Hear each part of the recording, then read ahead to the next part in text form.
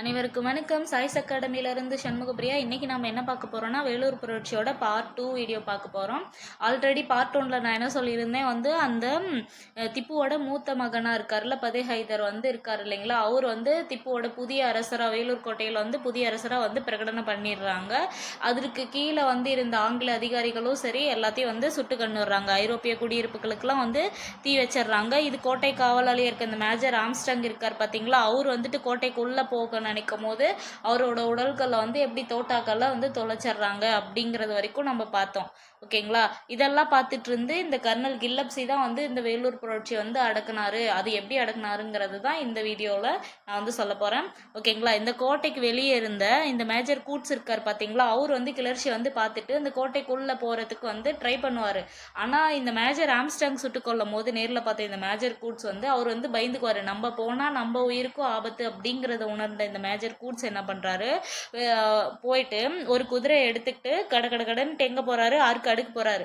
ஆற்காடுக்கு போயிட்டு அங்கேருந்து கர்னல் கில்லப்ஸிக்கு ஒரு லெட்டர் எழுதுறாரு. ஆல்ரெடி இவர் யாரு மேஜர் கூட்ஸ் ஆற்காட்டுக்கு போய் சேர்றப்பயே மணி 6 to 7 டைம் பீரியட்ல ஆயிடுச்சு. சரிங்களா, அந்த டைம் பீரியட்ல ஏன்னா அவர் இங்கேருந்து ஒரு 25 கிலோமீட்டர் பயணம் பண்ணி தான் போகணும். வேலூர்லேருந்து ஆற்காட்டுக்கு ஒரு 20 to 25 கிலோமீட்டர் ஆயிடுச்சு. அங்கேருந்து பயணம் பண்ணி முடிச்சுட்டு ஒரு 7 மணி போல் அங்கே ரீச் ஆகிட்டு அங்கேருந்து கர்னல் கில்லப்ஸிக்கு செய்தி தெரிவிக்கிறாங்க. கர்னல் கில்லப்ஸி உடனே என்ன பண்ணிட்டாரு, ஒரு அந்த படைப்பிரிவை கிட்டத்தட்ட ஒரு 3ஆக டிவைட் பண்ணுறாருன்னு வச்சுக்கோங்களேன். ஃபஸ்ட்டு கேப்டன் யங் தலைமையில் என்ன பண்ணுறாரு, ஒரு 19ஆம் படைப்பிரிவை சேர்ந்த ஒரு குதிரைப்படையை வச்சுக்கிறாரு. அந்த குதிரைப்படையை என்ன பண்ணுறாரு, லெப்டினன்ட் ஹுட்ஸ் தலைமையில், ஆல்ரெடி கேப்டன் யங் தலைமையில் ஒரு குதிரைப்படை, அதுக்கப்புறம் லெப்டினன்ட் ஹுட்ஸ் தலைமையில் ஒரு 7ஆம் குதிரைப்படை, இது எல்லாத்தையும் அழைச்சிக்கிட்டு அவர் பின்னாடி இருக்காரு. யாரு, இந்த கர்னல் கில்லப்ஸி போறாரு.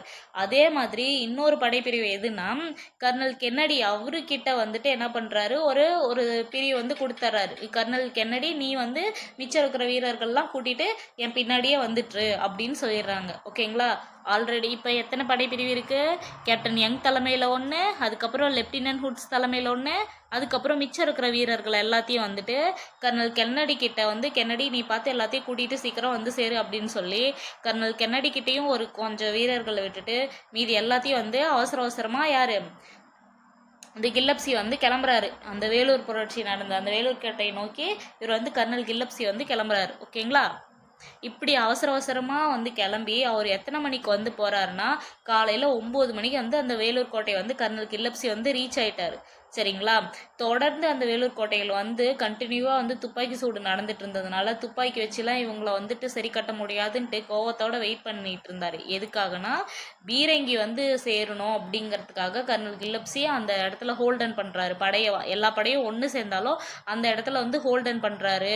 அங்கேருந்து கூடி சீக்கிரமாகவே ஆற்காட்லேருந்து கர்னல் கில்லப்ஸிக்கு என்ன பண்ணுறாங்க, அந்த கென்னடி தலைமையிலான ஒரு படைப்பிரிவு இருந்துச்சு பார்த்தீங்களா, அந்த படைப்பிரிவு எல்லாம் சேர்ந்து ஒரு 10 மணி வாக்கில் சேர்ந்துடுறாங்க. அதே மாதிரி லெப்டினன்ட்,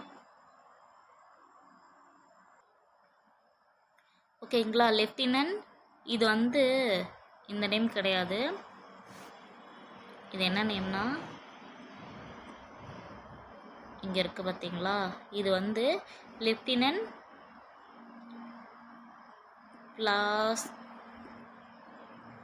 கிஸ்டன். ஓகேங்களா,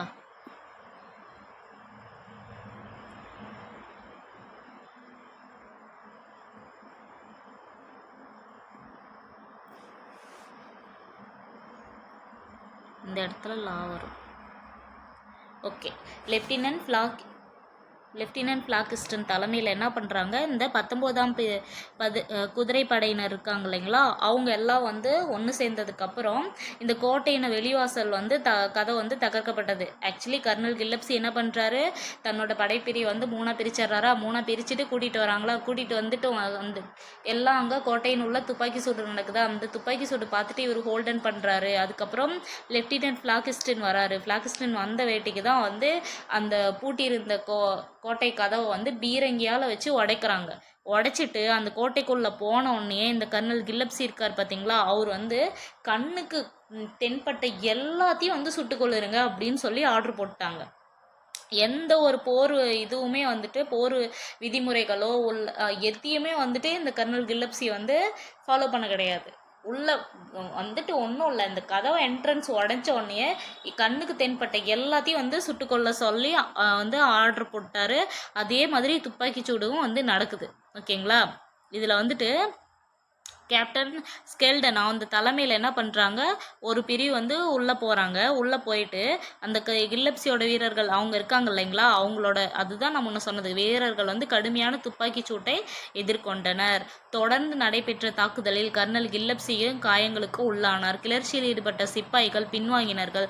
நூற்றுக்கணக்கானவர்கள் கோட்டையின் சுவர்கள் மீறி ஏறி தப்பித்தனர் அல்லது ஆயுதங்களை கீழே போட்டுவிட்டு கருணைக்காக கெஞ்சினர். அதாவது என்னன்னாங்க, ஒன்று வந்து சரண்டர் ஆகிற வந்துட்டு வழி இருந்துச்சு அவங்களுக்கு, அவங்க அதுக்கும் வந்துட்டு போய் கெஞ்சுறாங்க. கெஞ்சியும் கூட அவர் கொஞ்சம் கூட இறக்கம் காட்டாத சரண்டராக வந்தவங்களையும் வந்து சுட்டு கொண்டுட்டாரு.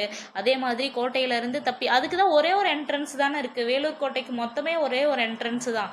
அந்த என்ட்ரன்ஸ்ல பக்கத்துல இருந்து அந்த கோட்டை மதில் சுவரை ஏறி தப்பிக்க முயற்சி பண்ணவங்களையும் அந்த கர்னல் கில்லப்ஸி வந்து கொடூரமா வந்து துப்பாக்கி சூடு நடத்தி வந்து கொண்டுட்டாரு. அதே மாதிரி அவர்கிட்ட சரண்டராக வந்தவங்களையும் வந்து கொண்டுட்டாரு. இந்த குதிரைப்படை பிரிவு இருக்குங்க இல்லைங்களா, அது மட்டும் இல்லாத எல்லாரும் ஒரு இடத்துல வந்து ஒரு மைதானம் மாதிரி, அதாவது அசம்பிள் ஆகிட்டு அங்கங்கே அந்த குட்டிச்சோர் மூலியமாக இருக்குள்ள ஒரு சின்ன சின்ன வாசல் மூலியமாக அந்த இடத்துல இருந்து யாராவது குறுங்கலான பாதை வழியாக வந்து தப்பிச்சு ஓடினார் அந்த சிப்பாய்கள் இருப்பாங்கள்ல, அவங்கள அந்த டைமில் கூட, அந்த பரபரப்பான டைமில் கூட அவங்கள பின்தொடர்ந்து போய் வந்து தண்டிக்கிறதுக்காக இந்த கில்லப்ஸி ஒரு படைப்பிரிவு வந்து அனுப்புனாங்க. யாரை, தப்பியோடைய சிப்பாய்களை வந்து வழிமறித்து கொண்டு போய் பிடிச்சிட்டு வந்து நிற்கிறதுக்காக. ஓகேங்களா. இந்த மாதிரி ஒரு குதிரைப்படையும் ஒரு பக்கம் வந்து கிளம்பிருச்சு. இந்த கோட்டையோட அனைத்து அதாவது ஃபுல் சரௌண்டிங்லேயும் வந்து தேடுதல் வேட்டை வந்து நடத்திருந்த அங்கங்கே ஒளிஞ்சிருந்த கிளர்ச்சியாளர்கள் கூட இறக்கமே இல்லாத சுட்டு கொல்லப்பட்டாங்க அப்படின்னு சொல்கிறாங்க. ஓகேங்களா. அதே மாதிரி இந்த கில்லப்ஸியோட ஆட்கள்லாம் என்ன பண்ணாங்கன்னா, இந்த கிளர்ச்சிக்கு திட்டம் தீட்டினதே வந்து யாரு, இந்த திப்புவோட மகன்கள் தானே, அவங்கள வந்து பழி வாங்க விரும்பினாங்க. ஆனால் அதில் லெப்டினன்ட் கர்னல் மரியாட் அவரு வந்து என்ன சொல்லிட்டாரு, அதுக்கு வந்து உடன்படலை. அவர் வந்து அதை வந்து தடுத்து நிறுத்திட்டாரு. அதே மாதிரி கர்னல் ஹெர்கோட் அங்கே இருக்கு இல்லைங்களா, அதாவது வாலாஜாபாத் படைக்கு வந்து பொறுப்பு வகித்தார் இல்லைங்களா கர்னல் ஹெர்கோட், அவர் என்ன பண்ணுறாங்கன்னா ஜூலை 11 வந்துட்டு வேலூர் படையில் வந்து தற்காலிக பொறுப்பு அதிகாரியாக வந்து அவர் நியமிக்கிறாரு. அவர் என்ன பண்ணுறாரு, ஜூலை 13 வந்து ஹெர்கோட் வந்து படை முகாமலோட ஒரு பொறுப்பாளராக பதவியேற்று இராணுவ ஆட்சியை வந்து இராணுவ சட்ட ஆட்சியை வந்து அந்த இடத்துல வந்து அமல்படுத்துறாரு. ஓகேங்களா. அந்த இராணுவ சட்ட ஆட்சி அப்படின்னா அந்த இடத்துல அவங்க சொல்கிறத, இப்போ எப்படி ஊரடங்கு உத்தரவுலாம் போடுறாங்க இல்லைங்களா, அந்த மாதிரி புரட்சி நடந்த இடத்துல வந்து இராணுவ சட்ட ஆட்சி வந்து அவர் வந்து அமல்படுத்துறாரு. ஓகேங்களா. இதில் வந்துட்டு ஒருத்தவங்க சொல்கிறாங்க, இந்த போர் விதிமுறைகள் எதையுமே இந்த பொருட்படுத்தாத இந்த கில்லப்ஸி இருக்கார் பார்த்தீங்களா, அவர் வந்து வீரர்களோட அந்த புரட்சியை வந்து வன்மையாக ஒடுக்கினார் அப்படின்னு சொல்கிறாங்க. இதில் வந்து நேரில் பார்த்த ஒருத்தவங்க சொல்கிறாங்களாம், கோட்டையில் மட்டுமே கிட்டத்தட்ட 800 வீரர்கள் வந்து இனமாக கடந்தாங்க அப்படின்னு வந்து சொல்கிறாங்க. யார், நம்ம இந்தியன் சிப்பாய்கள் வந்து 800 வீரர்கள் வந்து பிணமாக கடந்ததாகவும், திருச்சியிலையும் வேலூர்லேயும் கிட்டத்தட்ட வந்து 600 வீரர்கள் வந்து விசாரணை எதிர்நோக்கி சிறையில் வந்து அடைக்கப்பட்டாங்க. அதாவது அங்கங்கே கோட்டையிலேருந்து தப்பிச்சு போனாங்க இல்லைங்களா, அங்கங்கே பிடிக்கிறதுக்கு கூட ஒரு குதிரைப்படை அமைச்சாங்கள்ல, அப்படி பிடிச்சிட்டு வந்தவங்களே வெறும் விசாரணைக்காக வந்து 600 பேர் வந்து வச்சுருந்தாங்களாமா. ஓகேங்களா. இதை வந்து நேரில் பார்த்த ஒருத்தர் வந்து சொல்கிறாங்க. இந்த கர்னல் கில்லப்ஸி வந்து குறிப்பிட்ட அந்த சர்டன் டைமில் வந்துட்டு ஒரு குயிக்காக வந்து ஒரு பிளான் போட்டு அந்த நடவடிக்கையை எடுத்ததுனால தான் இவ்வளோ பெரிய புரட்சி வந்து அடக்க முடிஞ்சது. ஏன்னா கிட்டத்தட்ட மைசூர்லேயும் ஹைதராபாத்லேயும் இருந்து அவங்களுக்கு ஆதரவாக மட்டுமே 50,000 வீரர்கள் வந்து வர இருந்ததாக இருந்துச்சான். ஆனால் கர்னல் கில்லப்ஸி வந்து அதே நாளில், அதாவது 2 மணிக்கு வந்து புரட்சி ஆரம்பிக்குது, விடிய காத்தாலாம் வந்து கொடி ஏற்றிட்டாங்க, 10 மணிக்கெல்லாம் வந்து புரட்சி அடக்க ஸ்டார்ட் பண்ணிட்டாங்க. இந்த கர்னல் கில்லப்ஸி வந்து விரைந்து செயல்பட்டதுனால தான் இந்த கூட்டணி கிளர்ச்சிக்கு வந்து ஒரு முற்றுப்புள்ளி வைக்க முடிஞ்சது அப்படின்னு சொல்கிறாங்க. ஓகேங்களா. அதே மாதிரி இதில் வந்துட்டு ரொம்ப சிறப்பாக வந்து பணியாற்றினவங்க யாருன்னா 23ஆம் படைப்பிரிவின் அதுக்கப்புறம் 2வது பட்டாளத்தை சேர்ந்த சுபேதாரர்கள்.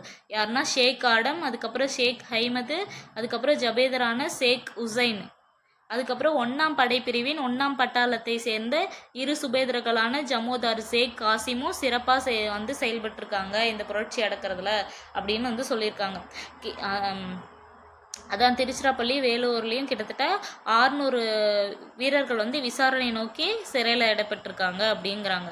இந்த கில்லப்சியோட ஆட்கள் வந்து இந்த இருக்கார் இல்லைங்களா, அவங்க வந்துட்டு இந்த வன்கொடுமைகளை நேரில் பார்த்தே இந்த பிளாகிட்ஸின் ஓகேங்களா பிளாகிஸ்டன் அவர் என்ன சொல்கிறாரு, 800க்கும் மேலே இருந்த அந்த பிணங்களை வந்து வெளியே எடுத்துகிட்டு போனாங்கப்பா வேலூர் கோட்டையிலேருந்து.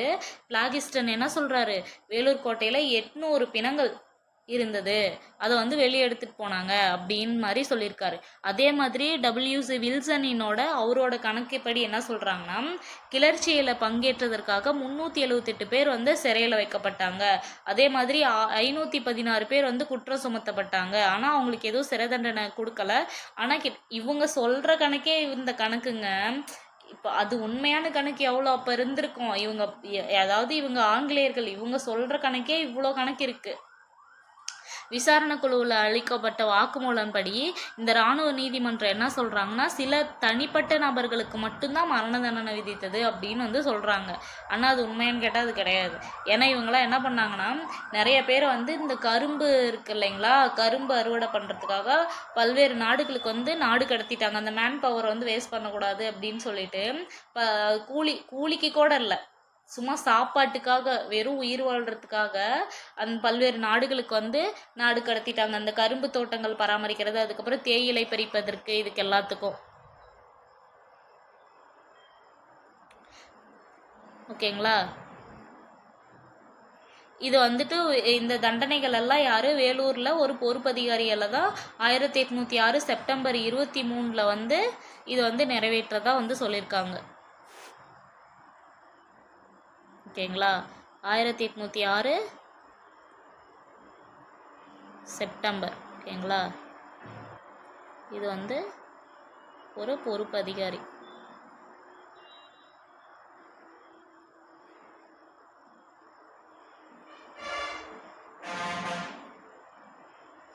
ஓகே, நீதிமன்ற விசாரணைக்கு பின்னாடி இந்த குற்றவாளிகள் அப்படின்னு நிரூபிக்கப்பட்டது. இப்போ எவ்வளோதான் நான் முன்னாடி சொல்லியிருந்தேன் இல்லைங்களா, கிட்டத்தட்ட எவ்வளோ 378 பேர் வந்து சிறை வைக்கப்பட்டாங்க அப்படின்னு சொல்லியிருந்தேன் இல்லைங்களா.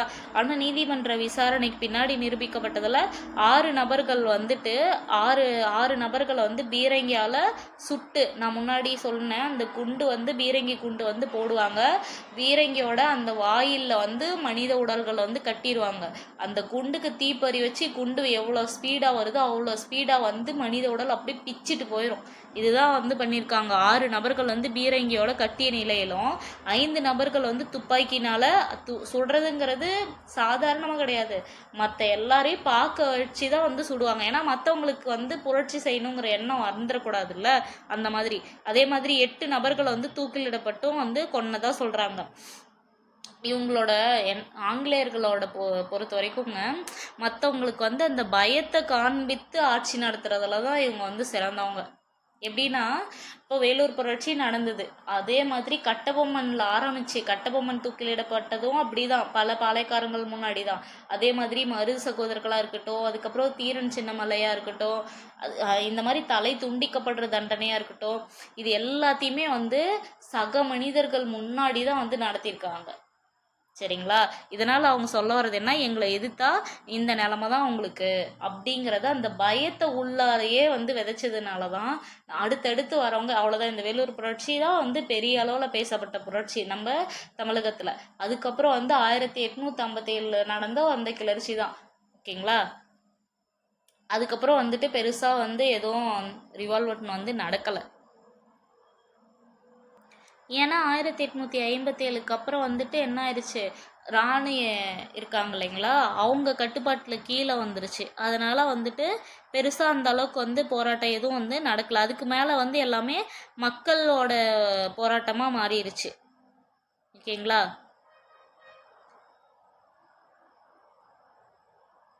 ஏன்னா பிரிட்டிஷ் மகாராணி அவங்க என்ன பண்ணாங்க, நீ ஆட்சி பண்ணது போதும், நீ ரூல் பண்ணவா வந்த, வியாபாரம் பண்ண தானே வந்த, இனிமே நீ வந்து காலனித்துவம் வந்து பண்ண இடம் எல்லாமே இனிமே எங்களுக்கு சொந்தம் அப்படின்ட்டு வந்து இங்கிலாந்துக்கு கீழே நேரடி கட்டுப்பாட்டில் இந்தியா வந்ததுனால என்ன ஆயிடுச்சு, 1857 மேலே இந்த தலைவர்கள் புரட்சி அப்படிங்கிற மாதிரி பெருசாக எதுவும் நடக்கல. அதனால் அதுக்கப்புறம் வந்துட்டு எல்லாமே மக்கள் ஒன்றிணைச்சு மக்கள் போராட்டமாக வந்து நடத்த ஆரம்பிச்சிட்டாங்க. ஓகேங்களா. இப்போ எப்படி வந்து ஃபத்தேஹ் ஹைதர் மன்னர் ஆனார், அதுக்கப்புறம் வந்து மன்னரை ஆட்சி இது பண்ணி கொண்டு வரணுங்கிற இதெல்லாம் இல்லை. ஏன்னா எல்லாருமே அங்கங்கே நாடு கடத்திட்டாங்க, எல்லாமே சக தொழிலாளர்களாக மாறிட்டாங்க. அப்புறம் எங்கேருந்து வந்து மன்னர் ஆட்சி கொண்டு வரதுக்கு? ஓகே, இப்போ பேக் டு இது பாயிண்ட்டுக்கு வரலாம். இது என்ன பண்ணிட்டாங்க வந்து 5 நபர்களை வந்து துப்பாக்கியால் சுடப்பட்டும் 8 நபர்கள் வந்து தூக்கிலிடப்பட்டும் வந்து கொண்டுட்டாங்களா. அதுக்கு மேலே என்ன பண்ணிட்டாங்க, திப்புவின் மகனை வந்து கல்கத்தாவுக்கு வந்து நாடு கடத்திட்டாங்க. கலவரத்தை அடக்கிறதுல ஈடுபட்ட அந்த அதிகாரிகளுக்கு எல்லாத்துக்குமே வந்து பரிசு தொகையும் பதவி உயர்வும் கொடுத்துருக்காங்க. அதில் வந்து கர்னல் கில்லப்சிக்கு மட்டும் பார்த்தீங்களா 700 பக்கோடாக்கள் வந்து வெகுமதி அளிக்கப்பட்டது. கிட்டத்தட்ட பாருங்க, கட்டபொம்மன் கொடுக்க வேண்டிய பக்கோடா விட இது அதிகம். ஓகேங்களா. அவர் இதில் பாதி கூட வந்து இல்லைப்பா, அவர் வந்து 3000 கிட்டத்தட்ட எவ்வளோ, அவரே வந்து ஒரு 3300 பக்கோடா தான் வந்து தர வேண்டியது இருந்துச்சு, வரி கொடுக்கணும் அப்படின்னு சொல்லிட்டு அது லெட்டர்லாம் போட்டு பார்த்தோம். ஆனால் இங்கே கர்னல் கில்லப்சிக்கு எவ்வளோ கொடுத்துருக்காங்க, 700 பக்கோடா வந்து வெகுமதியாக கொடுத்துருக்காங்க. சரிங்களா.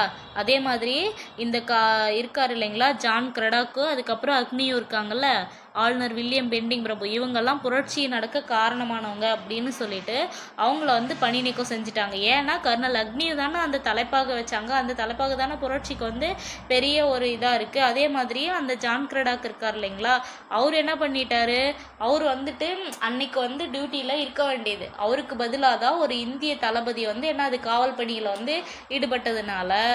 இந்த வந்து நீ உன்னோட அலட்சியத்தினால தான் அவங்க இந்தியன்ஸ் வந்து காவல், அவங்க பார்த்தீங்களா. எனக்கு இது பிடிச்சது இல்லை என்னன்னா, A to Z அவங்க நுணுக்கமாக பார்த்துருக்காங்க. பார்த்தீங்களா, அவர் ஆளுநராக இருந்தவர் யாரு, வில்லியம் பெண்டிங் பிரபு, அவருக்கு கீழே தானே வந்து இந்த இவங்களாம் ஒர்க் பண்ணுறாங்க. அப்போ வந்துட்டு அவங்க தலைமையவே தூக்கிட்டாங்க. நாட் ஒன்லி அந்த வந்து ஜான் கிரடாக்கையோ இல்லை அக்னியோ மட்டும் வந்து விசாரித்து வந்து தூக்கலை, ஆளுநரையே தூக்கிட்டாங்க. அதுதான் அவங்க வந்து நுணுக்கமாக வந்து பார்த்துருக்காங்க யார் யாரெல்லாம். அப்போ ஜான் கிரடாக் வந்து ஃபஸ்ட்டு அந்த ஸ்டார்டிங்கில் வந்து தப்பு பண்ணார். அதுக்கு முன்னாடி ஸ்டார்டிங்கே வந்து என்ன பண்ணிட்டாரு, அக்னியை வந்து உள்ளே பூந்து அந்த தலைப்பாகை அணிஞ்சு தான் ஆகணுங்கிறதும். கிட்டத்தட்ட நினச்சி பாருங்களேன், ஒரு மனுஷனுக்கு 900 கசையடி வந்து கொடுத்துருக்காங்க, ஒரு இந்து ஒரு முஸ்லீம், அதில் 900 கசையடி கொடுத்துருந்தா அவங்களுக்கு எப்படி இருந்திருக்கும். ஒரே அந்த தொப்பியை வந்து போடலையாமா, அந்த தொப்பியை போட மாட்டேன்னு சொல்லிட்டாங்களாமா, அதுக்கு 900 கசையடி. இதனால தான் வந்து புரட்சிக்கு முன்னாடி நாட்களே வந்து அவங்க புரட்சியை ஸ்டார்ட் பண்ணிட்டாங்க. எப்போ ஜூலை 13 ஆரம்பிக்க வேண்டியது ஜூலை 10 அன்னைக்கு வந்து ஸ்டார்ட் பண்ணிட்டாங்க. ஓகேங்களா. அதுக்கப்புறம் வந்துட்டு என்னென்ன இராணுவ விதி போட்டாங்களோ அது எல்லாத்தையும் வந்து திரும்ப வாங்கிக்கிட்டாங்க. இந்த படை வீரர்கள் அந்த அருவருப்பான மாற்றங்கள்லாம் இருந்துச்சு இல்லைங்களா, அந்த விலங்குனால செய்யப்பட்ட அந்த குல்லா வந்து நீ போட்டுத்தாகணும்னு சொன்னாங்கள்ல, அது எல்லாத்தையும் வந்து திரும்ப எடுத்துக்கிட்டாங்க. இந்த வேலூர் புரட்சியோட தாக்கம் என்னாச்சுன்னா, இந்த ஹைதராபாத்து, வலஜாபாத்து, அதுக்கப்புறம் வந்து பெங்களூர், நந்தி துர்க்கம், பாளையங்கோட்டை, பெல்லேரி, சங்ககிரி துர்க்கம், இந்த இடங்களை எல்லாமே வந்து பரவியுது. இதனால் ஹைதராபாத்லேயும் வந்து மைசூர்லேயும் ஆல்ரெடி புரட்சி நடத்தணுங்கிற எண்ணத்தையும் வந்து கைவிட்டுட்டாங்க.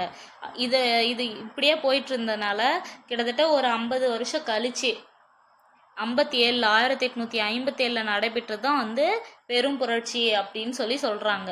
அந்த பெரும் புரட்சியுமே வந்து இந்தியா ஃபுல்லாக பரவுச்சான்னு கேட்டால் கிடையாது. அதுவும் வந்து பெரும்பாலான மக்கள், முக்கியமாக வந்து படித்த இளைஞர்கள்லாம் அந்த புரட்சிக்கு வந்து ஆதரவு கொடுக்கல.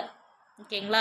இந்த இன்சிடெண்ட்டு தான் வந்து 1857 புரட்சி நடக்கிறதுக்கு ஒரு இன்ஸ்பிரேஷனாக இருந்திருக்கு. தென்னிந்திய கிளர்ச்சியாக இருந்தாலும் சரி, ஃபஸ்ட்டு வந்து வேலு நாச்சியார் தான் வந்து முதல் பெண்ணாக இருந்து ஆங்கிலேயரை ஏற்றவங்க.